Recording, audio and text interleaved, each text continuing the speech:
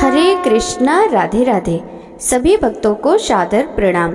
आप सभी भक्तों का दिन शुभ एवं मंगलमय हो। आज आषाढ़ मास के कृष्ण पक्ष का चौथा दिन है। आज दिनांक है 15 जून और दिन है रविवार। चतुर्थी तिथि आज दोपहर 3:51 तक रहेगी और उसके बाद में पंचमी तिथि प्रारंभ हो जाएगी। आज ब्रह्म मुहूर्त सुबह 4:09 से सुबह 4:57 तक रहेगा। सूर्योदय होगा सुबह 5:45 पर। सूर्यास्त होगा शाम 7:09 पर और आज राहु काल का समय शाम 4:30 से शाम 6 बजे तक रहेगा। प्रिय श्रोताओं, आज आषाढ़ मास की चौथी कथा लेकर हम उपस्थित हैं और यह दिन है तेज, ऊर्जा और प्रकाश के प्रतीक सूर्य देव का। जैसे सूरज बिना किसी भेदभाव के सबको रोशनी देता है, वैसे ही यह कथा भी आज सबको प्रेरणा देगी। आज हम प्रार्थना करते हैं, हे आदित्य भगवान, हमारे भीतर की थकावट को दूर करो, हमारा आलस्य हटाओ और हर कार्य में साहस और स्फूर्ति का संचार करो। जिस प्रकार आप हर दिन नया प्रकाश लाते हैं, वैसे ही यह कथा भी हम सबके जीवन को नव चेतना दे। अब सुनते हैं आज की कथाएं। ब्रह्मा जी कहते हैं, गोदावरी गंगा में कार्तिकेय जी का भी एक तीर्थ है जो बहुत उत्तम है। वह कौमार तीर्थ के नाम से प्रसिद्ध है। उसका नाम सुनने मात्र से मनुष्य कुलीन और रूपवान होता है। उसके आगे कृतिका तीर्थ है, जिसके श्रवण मात्र से सोमपान का फल मिलता है। महामुने, अब दशाश्वमेधिक तीर्थ का महात्म सुनो। उसके श्रवण मात्र से अश्वमेध यज्ञ के फल की प्राप्ति होती है। विश्वकर्मा के पुत्र महाबली विश्वरूप हुए। विश्वरूप के प्रथम नामक पुत्र हुआ। उसके पुत्र का नाम भवन हुआ। महाबाहु भवन सार्वभौम राजा हुए।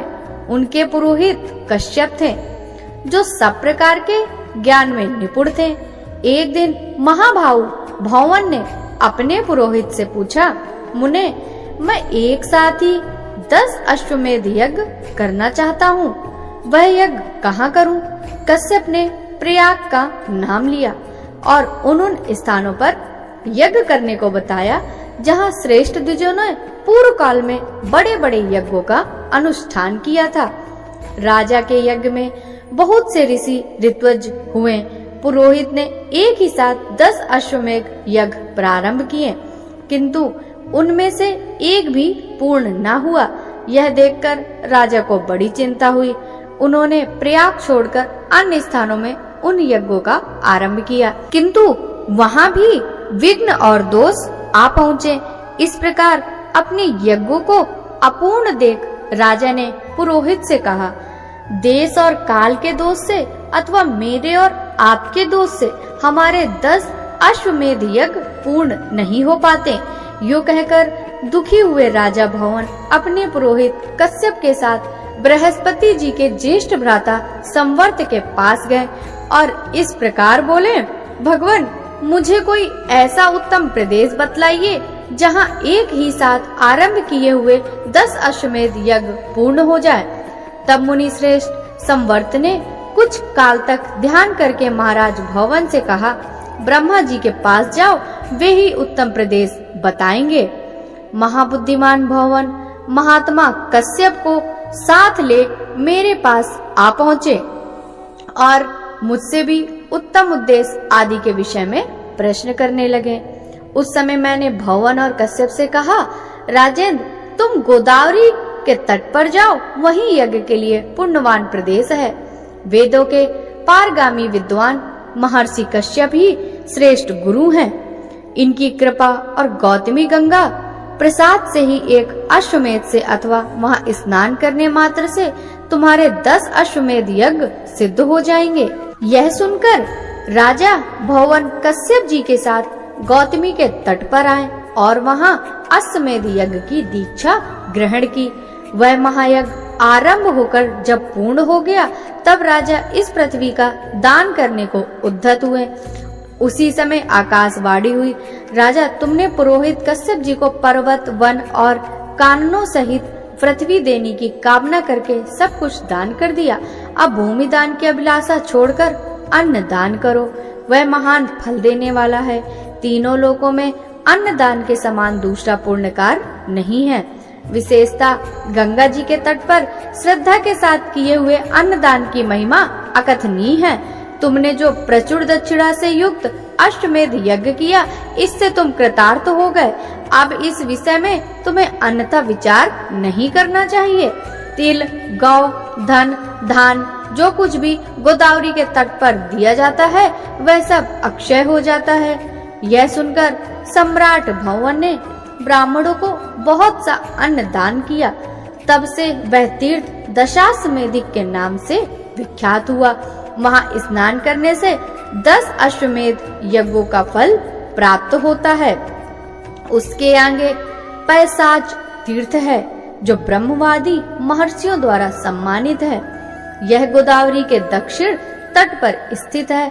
अब मैं उसका स्वरूप बतलाता हूँ, सुनो। मुनि श्रेष्ठ नारद, ब्रह्मगिरी के पश्चिम भाग में अंजन नाम से प्रसिद्ध एक पर्वत है। वहाँ एक सुंदरी अप्सरा साप भ्रष्ट होकर उत्पन्न हुई। उसका नाम अंजना था। उसके सब अंग बहुत सुंदर थे, किंतु मुंह वानरी का था। केसरी नामक श्रेष्ठ वानर अंजना के पति थे। केसरी के एक दूसरी भी स्त्री थी जिसका नाम अद्रिका था। वह भी साप भ्रष्ट अप्सरा ही थी। उसके भी सब अंग सुंदर थे, किंतु मुंह बिल्ली के समान था। अद्रिका भी अंजन पर्वत ही पर ही रहती थी। एक समय केसरी दक्षिण समुद्र के तट पर गए। इसी बीच में महर्षि अगस्त्य अंजन पर्वत पर आए। अंजना और अद्रिका दोनों ने महर्षि का यथोचित पूजन किया। इससे प्रसन्न होकर महर्षि ने कहा, तुम दोनों वर मांगो। वे बोली, मुनीश्वर, हमें ऐसे पुत्र दीजिए जो सबसे बलवान, श्रेष्ठ और सब लोगों का उपकार करने वाले हों। तथास्तु कहकर मुनि श्रेष्ठ अगस्त्य दक्षिण दिशा में चले गए। कुछ काल के बाद अंजना ने वायु के अंश से हनुमान जी को जन्म दिया और अद्रिका के गर्भ से निरति के अंश से पिशाचों का राजा अद्रि उत्पन्न हुआ। इसके बाद उन दोनों स्त्रियों ने उक्त देवताओं से कहा, हमें मुनि के वरदान से पुत्र तो प्राप्त हुए, किंतु इंद्र के श्राप से हमारा मुख कुरूप होने के कारण सारा शरीर ही विकृत हो गया। इसे दूर करने के लिए हम क्या उपाय करें, इसे आप दोनों बताएं। तब भगवान वायु और निरति ने कहा, गोदावरी में स्नान और दान करने से तुम्हें साप से छुटकारा मिल जाएगा। यूँ कहकर वे दोनों ही अंतर ध्यान हो गए। तब पिशाच रूपधारी अद्रि ने अपने भाई हनुमान जी को प्रसन्न करने के लिए माता अंजना को लाकर गोदावरी में नहलाया। इसी प्रकार हनुमान जी भी अद्रिका को लेकर बड़ी उतावली के साथ गौतमी गंगा के तट पर आए। तब से वह पैसाच और अंजना तीर्थ के नाम से विख्यात हुआ। वह समस्त अभिष्ट वस्तुओं को देने वाला शुभ तीर्थ है। ब्रह्मगिरी से 53 योजना पूर्व की मांजार तीर्थ है। मांजार तीर्थ के आगे हनुमत तीर्थ और वृषाकपि तीर्थ है। उसके आगे फेना संगम तीर्थ बताया गया है, जो समस्त कामनाओं को पूर्ण करने वाला है। उसका स्वरूप और फल उसी के प्रसंग में बताया जाएगा। ब्रह्मा जी कहते हैं, नारद, अब क्षुधा तीर्थ का वर्णन करता हूँ, एकाग्रचित होकर सुनो। वह परम पुण्यमय तीर्थ मनुष्यों की समस्त कामनाओं को पूर्ण करने वाला है। पूर्व काल में कर्म नाम से प्रसिद्ध एक ऋषि थे। वे वेद वेदताओं में श्रेष्ठ और तपस्वी थे। महर्षि कण्व भूख से पीड़ित होकर अनेक आश्रमों पर घूमा करते थे। एक दिन वे गौतम के पवित्र आश्रम पर आए।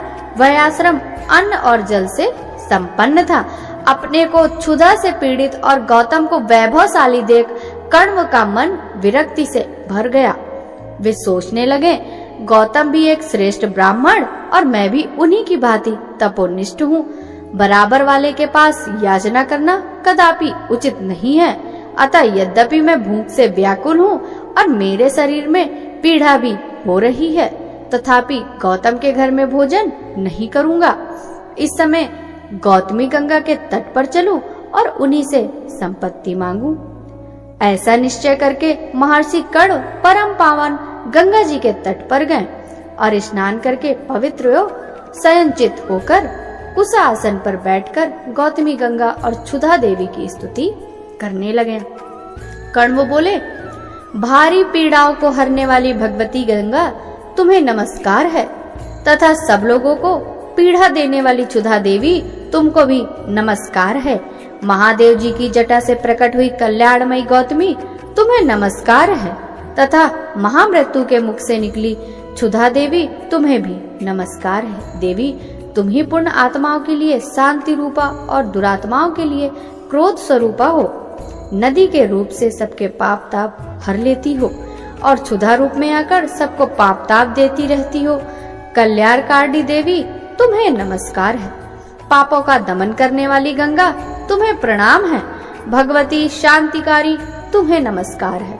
दरिद्रता का विनाश करने वाली देवी तुम्हें प्रणाम है। कर्म के इस प्रकार स्तुति करने पर उनके सामने दो रूप प्रकट हुए, एक तो गंगा का मनोहर स्वरूप और दूसरी क्षुधा की भयानक मूर्ति। द्विजश्रेष्ठ कण्व ने पुनः हाथ जोड़कर नमस्कार करते हुए कहा, देवी गोदावरी, तुम संपूर्ण मंगलों के लिए मंगलमयी हो। सुबह, ब्राह्मी, महेश्वरी, वैष्णवी और त्र्यंबका, ये सब तुम्हारे ही नाम है। तुम्हें नमस्कार है। भगवान त्र्यंबकम की जटा से प्रकट होकर महर्षि गौतम का पाप नष्ट करने वाली गोदावरी, तुम सप्त धाराओं में विभक्त होकर समुद्र में मिलती हो। तुम्हें नमस्कार है। क्षुधा देवी, तुम समस्त पापियों के लिए पापमयी, दुखमयी और लोभमयी हो। धर्म, अर्थ और कामना का नाश करने वाली भी तुम ही हो। तुम्हें बारंबार नमस्कार है। कण्व का यह वचन सुनकर गंगा और क्षुधा दोनों ही बहुत प्रसन्न हुई और बोली, सुव्रत, तुम मनोवांछित वर मांगो।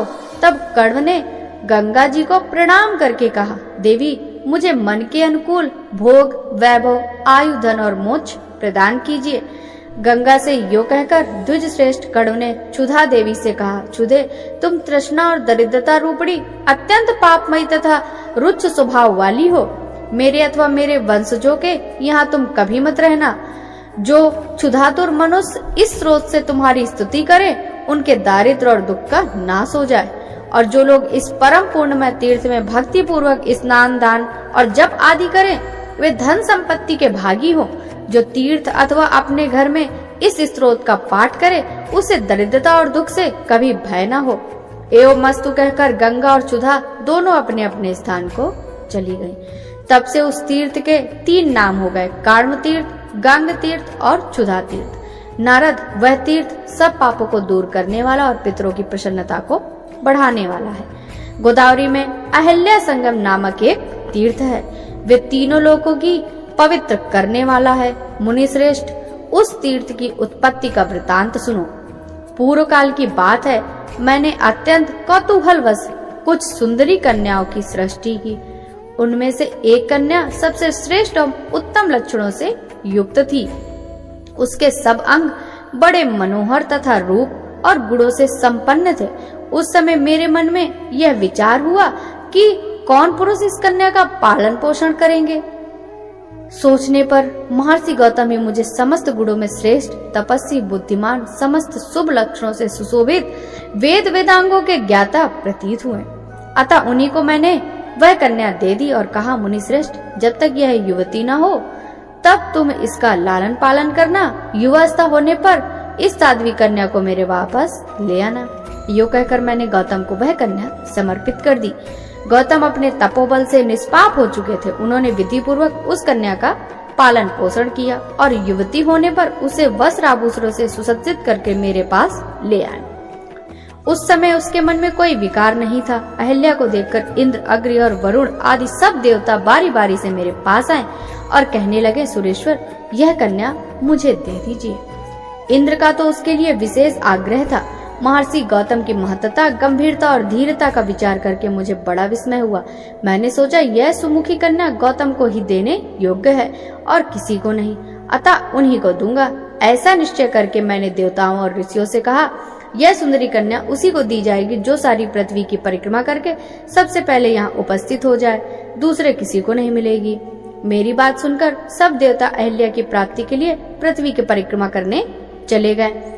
इसी बीच में कामधेनु सुरभि बच्चा देने लगी। अभी बच्चे का आधा शरीर ही निकला था इसी अवस्था में गौतम ने उसे देखा, उसी को पृथ्वी भाव से देखते हुए उसकी परिक्रमा करने लगे। साथ ही उन्होंने शिवलिंग की प्रदक्षिणा भी की। इसके बाद सोचा, संपूर्ण देवताओं ने अभी तक पृथ्वी की एक परिक्रमा पूरी नहीं की और मेरे द्वारा 2 परिक्रमाएं पूरी हो गईं।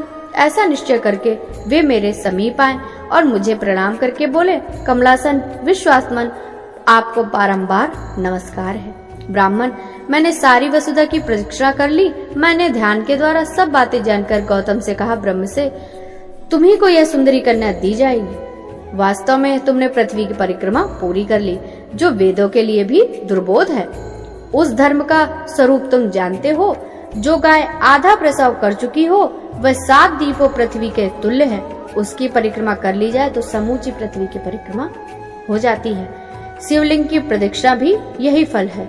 अतः उत्तम व्रत का पालन करने वाले गौतम, मैं तुम्हारे धैर्य, ज्ञान और तपस्या से बहुत संतुष्ट हूँ। यो कहकर मैंने गौतम को अहल्या सौंप दी। उन दोनों का विवाह हो जाने पर देवता लोग पृथ्वी की परिक्रमा करके धीरे धीरे आने लगे। आने पर सबने अहिल्या के साथ गौतम का विवाह हुआ देखा। इससे उन्हें बड़ा आश्चर्य हुआ। अंत में सब देवता स्वर्ग में चले गए, परंतु इंद्र के मन में इससे बड़ी ईर्ष्या हुई।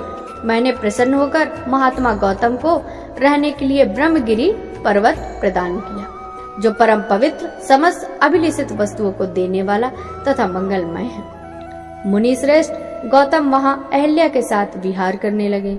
इंद्र ने स्वर्ग में भी गौतम की पवित्र कथा सुनी। अतः मुनि उनके आश्रम और उनकी सुंदरी पत्नी को देखने के लिए ब्राह्मण का वेश धारण करने आए।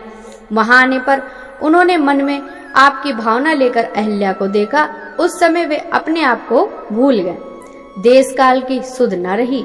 ऋषि साप का भय भी उन्होंने भुला दिया। उनका हृदय काम के वशीभूत हो रहा था। एक समय महर्षि गौतम मध्याह्न में पहले की क्रिया समाप्त करके शिष्यों के साथ आश्रम से बाहर गए। उस समय अवसर देखकर इंद्र अपने मन के अनुकूल कार्य किया। वे गौतम का रूप धारण करके आश्रम में आए और सर्वांग सुंदरी अहिल्या से बोले, प्रिय, मैं तुम्हारे गुणों से आकृष्ट हूँ। तुम्हारे रूप का समर्पण करके मेरा मन विचलित हो गया। पांव लड़खड़ा रहे। यो कहकर हंसते हंसते उन्होंने अहिल्या का हाथ पकड़ लिया और आश्रम के भीतर चले गए। अहिल्या उन्हें गौतम ही समझ रही थी। यह कोई जार पुरुष है, यह बात उसके ध्यान में ही नहीं आई। वह इंद्र के साथ सुख पूर्वक रमण करने लगी। इतने में ही महर्षि गौतम पुनः अपने शिष्यों के साथ लौट आए। प्रतिदिन का ऐसा ही नियम था कि जब वे बाहर से आश्रम पर आते तब प्रियवादिनी अहिल्या आगे बढ़कर उनका स्वागत करती, प्रिय लगने वाली बातें कहती और अपने सद्गुणों से उन्हें संतुष्ट करती थी। उस दिन अहिल्या को ना देखकर परम बुद्धिमान गौतम को ऐसा जान पड़ा मानो कोई बड़ी अद्भुत बात हो गई। मुनि श्रेष्ठ गौतम द्वार पर खड़े हैं और सब लोग उनकी ओर देखते हैं। अग्निहोत्र और शाला के रक्षक तथा घर में काम काज करने वाले अनुचर उन्हें देखकर बड़े विस्मय में पड़े और भयभीत होकर बोले, भगवान, ये कैसी विचित्र बात है कि आप भीतर और बाहर दोनों जगह देखे जाते हैं। अहो, आपकी तपस्या का ही यह प्रभाव है कि आपके अनेक रूप धारण करके विचरते हैं। यह सुनकर गौतम के मन में बड़ा आश्चर्य हुआ। वे सोचने लगे, आश्रम के भीतर कौन गया? उन्होंने पुकारा, प्रिय अहिल्या, आज तुम मुझसे बोलती क्यों नहीं?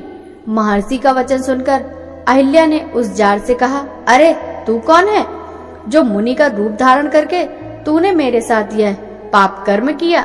यह कहती हुई वह भय से सैया से सहसा उठकर खड़ी हो गई। पापाचारी इंद्र भी मुनि के भव से बिलाव बनकर निकल गया। अहिल्या थर थर कांप रही थी। उसके वेशभूषा बिगड़ चुके थे। अपनी प्यारी पत्नी को कलंकित हुई देख महर्षि ने क्रोध में आकर कहा, तुमने ऐसा दुस्साहस कैसे किया? उनके इस प्रकार पूछने पर देवी अहिल्या ने लज्जावश कोई उत्तर नहीं दिया। तब मुनि उस जार की खोज करने लगे।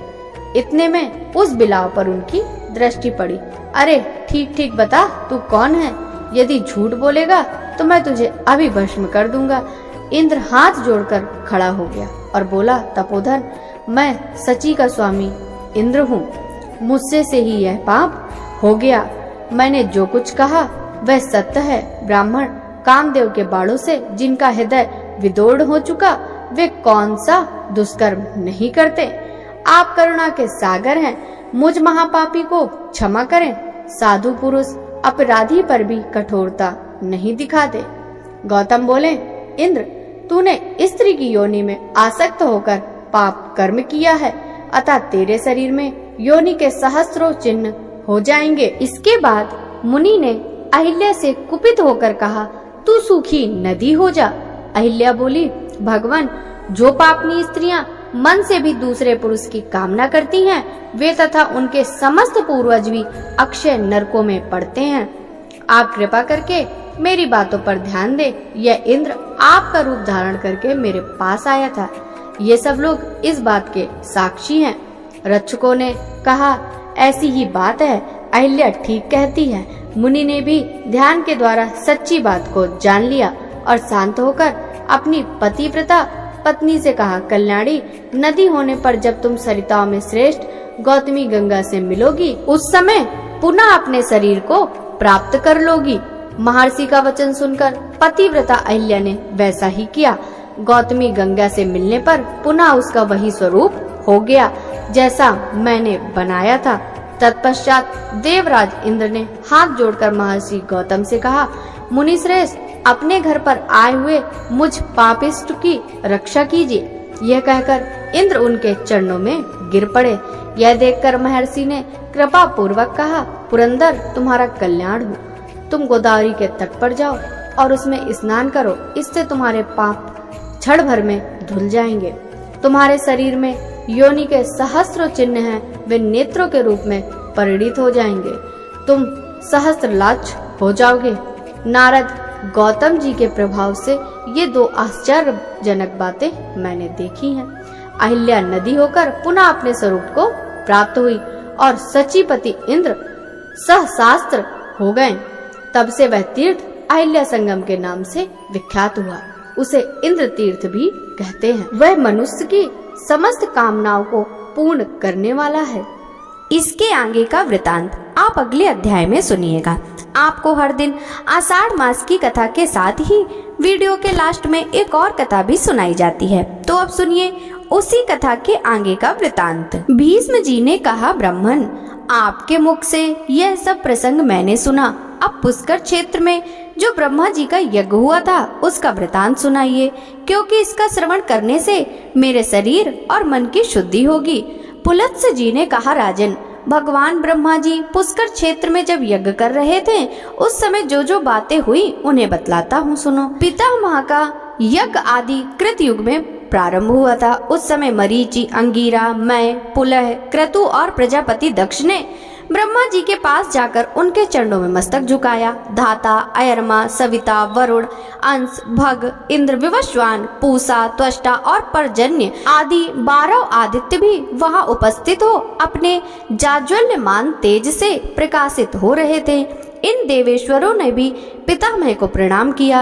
मृगव्याध, सर्व, महायशस्वी, निरति, अजयपाद, अहिबुर्धन्य, पिनाकी, अपराजित, विश्वेश्वर, भव, कपर्दी, स्थाणु और भगवान भग, ये 11 रुद्र भी उस यज्ञ में उपस्थित थे। दोनों अश्वनी कुमार, 8 वसु, महाबली, मरुदगढ़, विशेष देव और शात नामक देवता ब्रह्मा जी के सन्मुख हाथ जोड़कर खड़े थे। शेष जी के वंशज वासुकी आदि बड़े बड़े नाग भी विद्यमान थे। तार्च, अरिष्टनेमि, महाबली, गरुण, वारिणी तथा आरुणी, ये सभी विनिता कुमार वहां पधारे थे। लोकपालक भगवान श्री नारायण ने वहां स्वयं पदार्पण किया और समस्त महर्षियों के साथ लोक गुरु ब्रह्मा जी से कहा, जगतपते, तुम्हारे ही द्वारा इस संपूर्ण संसार का विस्तार हुआ है। तुमने इसकी सृष्टि की है, इसलिए तुम संपूर्ण लोगों के ईश्वर हो। यहाँ हम लोगों के करने योग्य तुम्हारा जो महान कार्य हो उसे करने की हमें आज्ञा दो। देवर्षियों के साथ भगवान श्री विष्णु ने ऐसा कहकर देवेश्वर ब्रह्मा जी को नमस्कार किया। ब्रह्मा जी वहां स्थित होकर संपूर्ण दिशाओं को अपने तेज से प्रकाशित कर रहे थे तथा भगवान विष्णु भी श्री वत्स चिन्ह से सुशोभित एवं सुंदर सुवर्णमय यज्ञोपवीत से दीप्यमान हो रहे थे। उनका एक एक रोम परम पवित्र है। वे सर्व समर्थ हैं। उनका वक्षा स्थल विशाल और शिव विग्रह संपूर्ण तेजों का पुंज जान पड़ता है। देवताओं और ऋषियों ने उनकी इस प्रकार स्तुति की, जो पुण्यात्माओं को उत्तम गति और पापियों को दुर्गति प्रदान करने वाले हैं। योग सिद्ध महात्मा पुरुष जिन्हें उत्तम योग स्वरूप मानते हैं, जिनको अणिमा आदि 8 ऐश्वर्य नित्य प्राप्त हैं, जिन्हें देवताओं में सबसे श्रेष्ठ कहा जाता है। मोक्ष की अभिलाषा रखने वाले संयमी ब्राह्मण योग से अपने अंतःकरण को शुद्ध करके जिन सनातन पुरुष को पाकर जन्म मरण के बंधन से मुक्त हो जाते हैं। चंद्रमा और सूर्य जिनके नेत्र हैं तथा अनंत आकाश जिनका विग्रह है, उन भगवान की हम शरण लेते हैं, जो भगवान संपूर्ण भूतों की उत्पत्ति और वृद्धि करने वाले हैं, जो ऋषियों और लोकों के सृष्टा तथा देवताओं के ईश्वर हैं, जिन्होंने देवताओं का प्रिय और समस्त जगत का पालन करने के लिए चिरकाल से पितरों को कव्य तथा देवताओं को उत्तम हविष अर्पण करने का नियम प्रवर्तित किया। उन देव श्रेष्ठ परमेश्वर को हम सादर प्रणाम करते हैं। तदंतर वृद्ध एवं बुद्धिमान देवता भगवान श्री ब्रह्मा जी यज्ञशाला में लोकपालक श्री विष्णु भगवान के साथ बैठकर शोभा पाने लगे। वह यज्ञ मंडप धन आदि सामग्रियों और ऋत्विजों से भरा था। परम प्रभावशाली भगवान श्री हरि विष्णु धनुष हाथ में लेकर सब ओर से उसकी रक्षा कर रहे थे। दैत्य और दानवों के सरदार तथा राक्षसों के समुदाय भी वहां उपस्थित थे। यज्ञ विद्या, वेद विद्या तथा पद और क्रम का ज्ञान रखने वाले महर्षियों के वेद घोष से सारी सभा गूंज उठी। यज्ञ में स्तुति कर्म के जानकार, शिक्षा के ज्ञाता, शब्दों की व्युत्पत्ति एवं अर्थ का ज्ञान रखने वाले और मीमांसा के युक्ति युक्त वाक्यों को समझने वाले विद्वानों के उच्चारण किए हुए शब्द सबको सुनाई देने लगे। इतिहास और पुराणों के ज्ञाता, नाना प्रकार के विज्ञान को जानते हुए भी मौन रहने वाले, संयमी तथा उत्तम व्रतों का पालन करने वाले विद्वानों ने वहां उपस्थित होकर जप और होम में लगे हुए मुख्य ब्राह्मणों को देखा। देवता और असुरों के गुरु लोक पितामह ब्रह्मा जी उस यज्ञ भूमि में विराजमान थे। सुर असुर दोनों ही उनकी सेवा में खड़े थे। प्रजापतिगण, दक्ष, वशिष्ठ, पुलह, मरीचि, अंगिरा, भृगु, अत्रि, गौतम और नारद, ये सब लोग वहां भगवान ब्रह्मा जी की उपासना करते थे। आकाश, वायु, तेज, जल, पृथ्वी, शब्द, स्पर्श, रूप, रस, गंध, ऋग्वेद, यजुर्वेद, सामवेद, अथर्ववेद, व्याकरण, छंद शास्त्र, निरुक्त, कल्प, शिक्षा, आयुर्वेद, धनुर्वेद, मीमांसा, गणित, गज विद्या, अश्व विद्या और इतिहास, इन सभी अंगोपांगों से विभूषित संपूर्ण वेद भी मूर्तिमान होकर ओंकार युक्त महात्मा ब्रह्मा जी की उपासना करते थे। नए, क्रतु, संकल्प, प्राण तथा अर्थ, धर्म, काम, हर्ष, शुक्र, बृहस्पति, समर्थ, बुध, शनिश्चर, राहु, समस्त ग्रह, मरुदगण, विश्वकर्मा, पितृगण, सूर्य आदि चंद्रमा भी ब्रह्मा जी की सेवा में उपस्थित थे। दुर्गम कष्ट से तारने वाली गायत्री, समस्त वेद शास्त्र, यम, नियम, संपूर्ण अक्षर, लक्षण, भाष्य तथा सब शास्त्र देह धारण करके वहां विद्यमान थे। क्षण, लव, मुहूर्त, दिन, रात्रि, पक्ष, मास और संपूर्ण ऋतुएं अर्थात इनके देवता महात्मा ब्रह्मा जी की उपासना करते थे।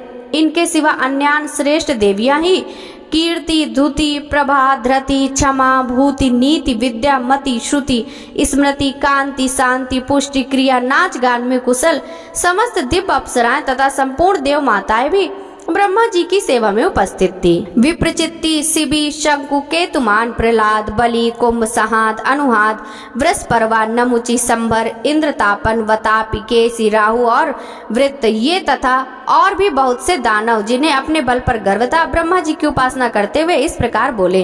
दानवों ने कहा, भगवान, आपने ही हम लोगों की सृष्टि की, हमें तीनों लोकों का राज्य दिया तथा देवताओं से अधिक बलवान बनाया। पितामह, आपके इस यज्ञ में हम लोग कौन सा कार्य करें? हम स्वयं भी कर्तव्य का निर्णय करने में समर्थ हैं। अदिति के गर्भ से पैदा हुए इन बेचारे देवताओं से क्या काम होगा? ये तो सदा हमारे द्वारा मारे जाते और अपमानित होते रहते हैं। फिर भी आप तो हम सबके ही पितामह हैं, अतः देवताओं को भी साथ लेकर यज्ञ पूर्ण कीजिए। यज्ञ समाप्त होने पर राज्य लक्ष्मी के विषय में हमारा देवताओं के साथ फिर विरोध होगा, इसमें तनिक भी संदेह नहीं, किंतु इस समय हम चुपचाप इस यज्ञ को देखेंगे, देवताओं के साथ युद्ध नहीं छेड़ेंगे।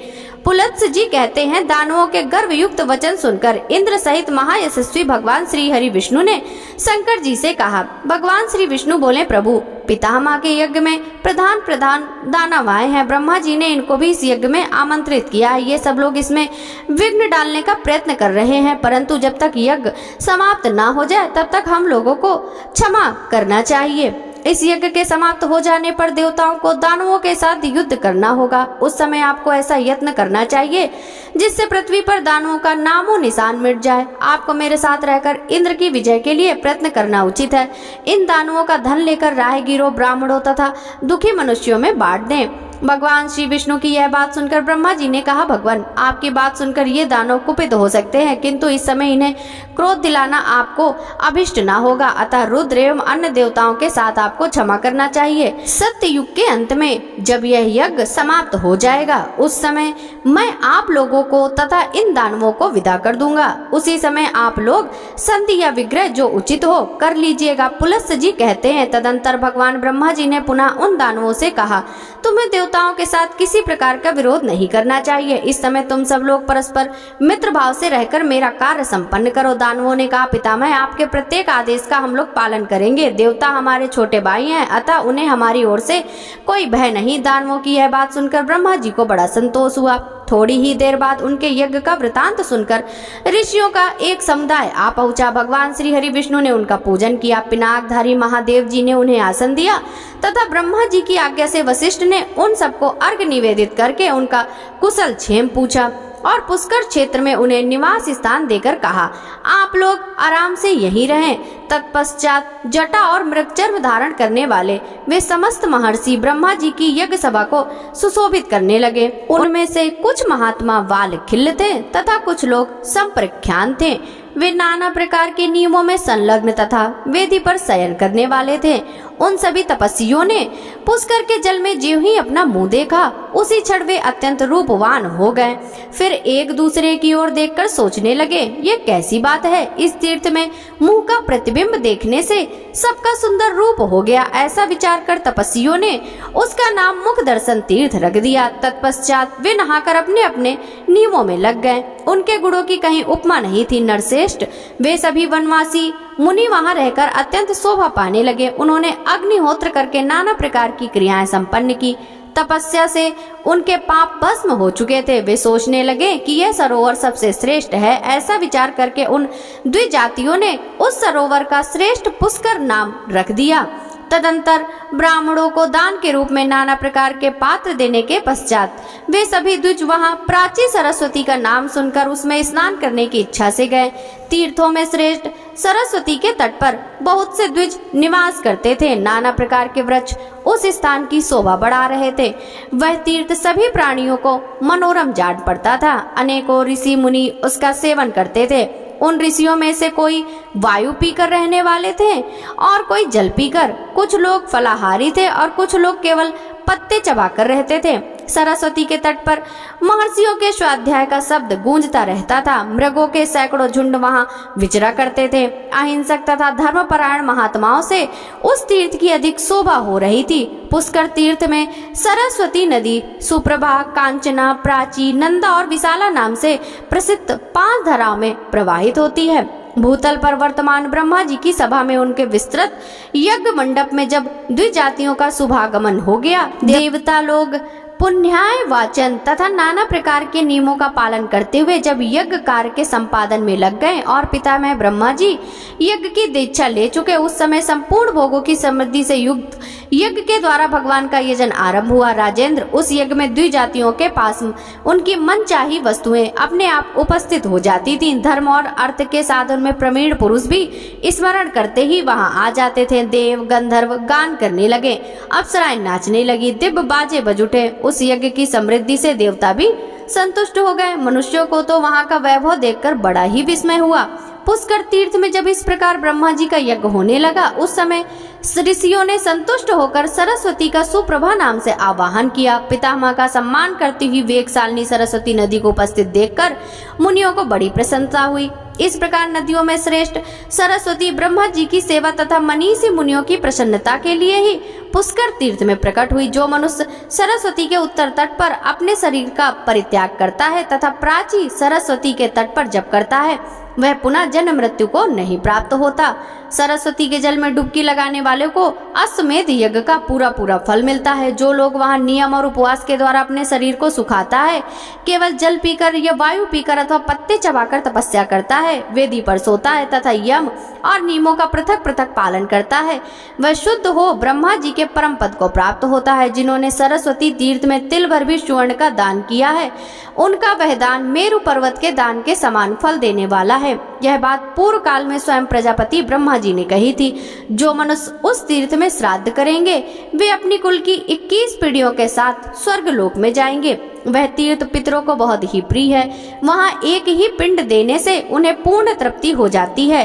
वे पुष्कर तीर्थ के द्वारा उद्धार पाकर ब्रह्मलोक में पधारते हैं। उन्हें फिर अन्य भोगों की इच्छा नहीं होती, वे मोक्ष मार्ग में चले जाते हैं। अब मैं सरस्वती नदी जिस प्रकार पूर्व वाहिनी हुई वह प्रसंग बतलाता हूँ, सुनो। पहले की बात है, एक बार इंद्र आदि समस्त देवताओं की ओर से भगवान श्री विष्णु ने सरस्वती से कहा, देवी तुम पश्चिम समुद्र के तट पर जाओ और इस बड़ वानल को लेकर समुद्र में डाल दो। ऐसा करने से समस्त देवताओं का भय दूर हो जाएगा। तुम माता की भांति देवताओं को अभय दान दो। सबको उत्पन्न करने वाले भगवान श्री विष्णु की ओर से यह आदेश मिलने पर देवी सरस्वती ने कहा, भगवान मैं स्वाधीन नहीं हूँ, आप इस कार्य के लिए मेरे पिता ब्रह्मा जी से अनुरोध कीजिए। पिताजी की आज्ञा के बिना मैं एक पग भी कहीं नहीं जा सकती। सरस्वती का अभिप्राय जानकर देवताओं ने ब्रह्मा जी से कहा, पितामह आपकी कुमारी कन्या सरस्वती बड़ी साध्वी है, उसमें किसी प्रकार का दोष नहीं देखा गया, अतः उसे छोड़कर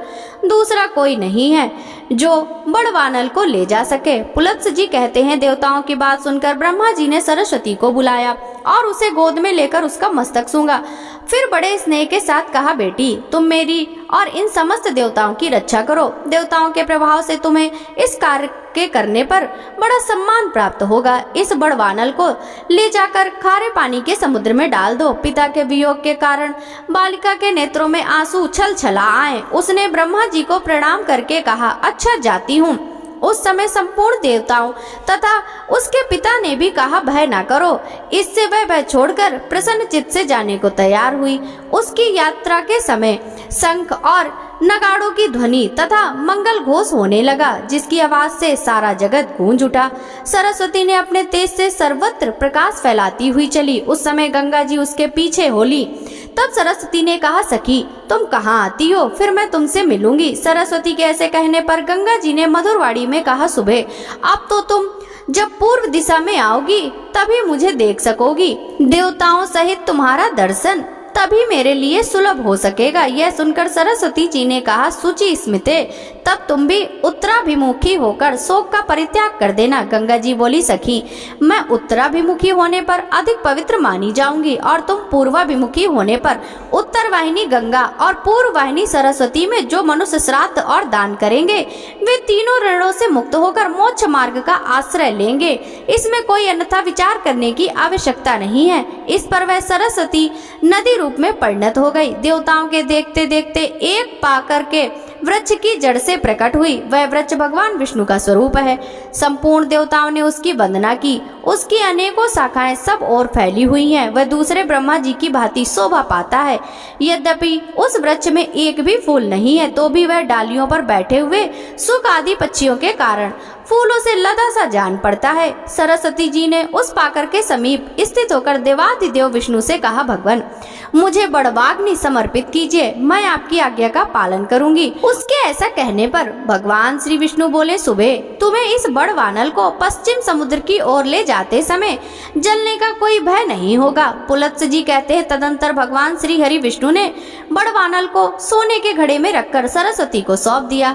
उसने उस घड़े को अपने उदर में रखकर पश्चिम की ओर प्रस्थान किया। अदृश्य गति से चलती हुई वह महानदी पुष्कर में पहुंची और ब्रह्मा जी ने जिन जिन कुंडों में हवन किया था उन सबको जल से आप्लावित कर प्रकट हुई। इस प्रकार पुष्कर क्षेत्र में परम पवित्र सरस्वती नदी का प्रादुर्भाव हुआ। जगत को जीवन दान देने वाली वायु ने भी उसका जल लेकर वहां के सब तीर्थों में डाल दिया। उस पुण्य क्षेत्र में पहुंचकर पुण्य सलीला सरस्वती मनुष्यों के पापों का नाश करने के लिए स्थित हो गई।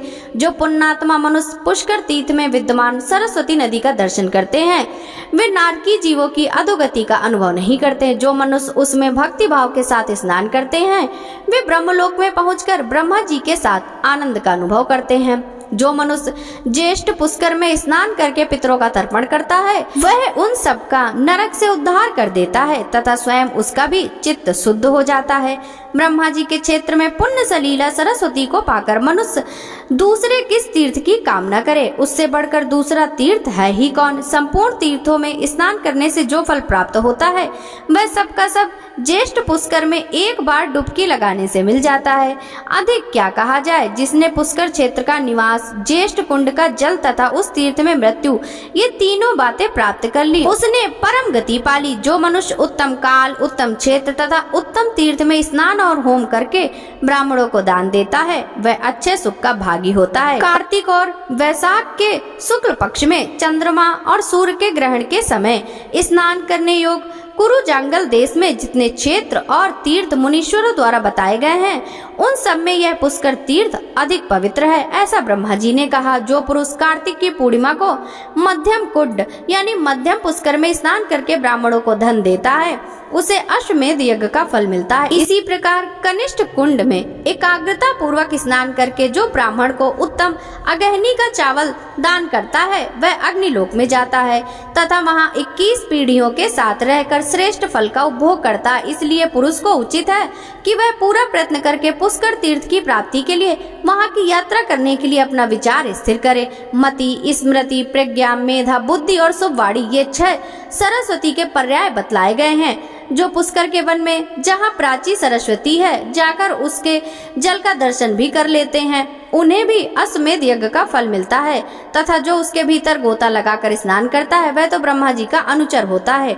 जो मनुष्य वहाँ विधि पूर्वक श्राद्ध करते हैं वे पितरों को दुखदायी नरक से निकालकर स्वर्ग में पहुँचा देते हैं। जो सरस्वती में स्नान करके पितरों को कुश और तिल से युक्त जल दान करते हैं उनके पितर हर्षित हो नाचने लगते हैं। यह पुष्कर तीर्थ सब तीर्थों में श्रेष्ठ माना गया है क्योंकि यह आदि तीर्थ है, इसलिए इस पृथ्वी पर यह समस्त तीर्थों में विख्यात है। यह मानव धर्म और मोक्ष की क्रीड़ा स्थली है, निधि है। सरस्वती से युक्त होने के कारण इसकी महिमा और भी बढ़ गई है। जो लोग पुष्कर तीर्थ में सरस्वती नदी का जल पीते हैं वे ब्रह्मा और महादेव जी के द्वारा प्रशंसित अच्छे लोगों को प्राप्त होते हैं। धर्म के तत्व को जानने वाले मुनियों ने जहाँ जहाँ सरस्वती देवी का सेवन किया है उन सभी स्थानों में वे परम पवित्र रूप से स्थित हैं, किंतु पुष्कर में वे अन्य स्थलों की अपेक्षा विशेष पवित्र मानी गई हैं। पुण्यमयी सरस्वती नदी संसार में सुलभ है किंतु कुरुक्षेत्र, प्रभास क्षेत्र और पुष्कर क्षेत्र में तो वह बड़े भाग्य से प्राप्त होती है, अतः वहाँ इसका दर्शन दुर्लभ बताया गया है। सरस्वती तीर्थ इस भूतल के समस्त तीर्थों में श्रेष्ठ होने के साथ ही धर्म, अर्थ, काम और मोक्ष इन चारों पुरुषार्थों का साधक है। अतः मनुष्य को चाहिए कि वह ज्येष्ठ, मध्यम तथा कनिष्ठ तीनों पुष्करों में यत्न पूर्वक स्नान करके उनकी प्रदक्षिणा करे। तत्पश्चात पवित्र भाव से प्रतिदिन पितामह का दर्शन करे। ब्रह्मलोक में जाने की इच्छा रखने वाले पुरुष को अनुलोम क्रम से अर्थात क्रमशः श्रेष्ठ, मध्यम और कनिष्ठ पुष्कर में तथा विलोम क्रम से अर्थात कनिष्ठ, मध्यम और ज्येष्ठ पुष्कर में स्नान करना चाहिए।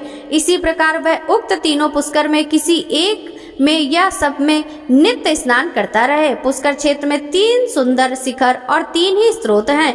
वे सब के सब पुष्कर नाम से ही प्रसिद्ध हैं। उन्हें ज्येष्ठ पुष्कर, मध्यम पुष्कर और कनिष्ठ पुष्कर कहते हैं। जो मन और इंद्रियों को वश में करके सरस्वती में स्नान करता और ब्राह्मणों को एक उत्तम गौदान देता है वह शास्त्रीय आज्ञा के पालन से शुद्ध चित्त होकर अच्छे लोगों को पाता है। अधिक क्या कहें, जो रात्रि के समय भी स्नान करके वहां याचक को धन देता है वह अनंत सुख का भागी होता है। पुष्कर में तिल दान की मुनि लोग अधिक प्रशंसा करते हैं तथा कृष्ण पक्ष की चतुर्दशी को वहां सदा ही स्नान करने का विधान है। भीष्म जी पुष्कर वन में पहुंचकर सरस्वती नदी के प्रकट होने की बात बताई गई। अब वह पुनः अदृश्य होकर वहां से पश्चिम दिशा की ओर चली गई। पुष्कर से थोड़ी ही दूर जाने पर एक खजूर का वन मिला जो फल और फूलों से सुशोभित था। सभी ऋतुओं के पुष्प उस वन स्थली की शोभा बढ़ा रहे थे। वह स्थान मुनियों के भी मन को मोहने वाला था। वहां पहुंचकर नदियों नदियों में श्रेष्ठ सरस्वती देवी पुनः प्रकट हुई। वहां वे नंदा के नाम से तीनों लोकों में प्रसिद्ध हुई। यह थी आज की कथा। इसके आगे का वृतांत हम कल के अध्याय में श्रवण करेंगे। भक्तों, कथाएं पसंद आई हो तो वीडियो को लाइक जरूर कीजिएगा। सभी भक्तों को राधे राधे।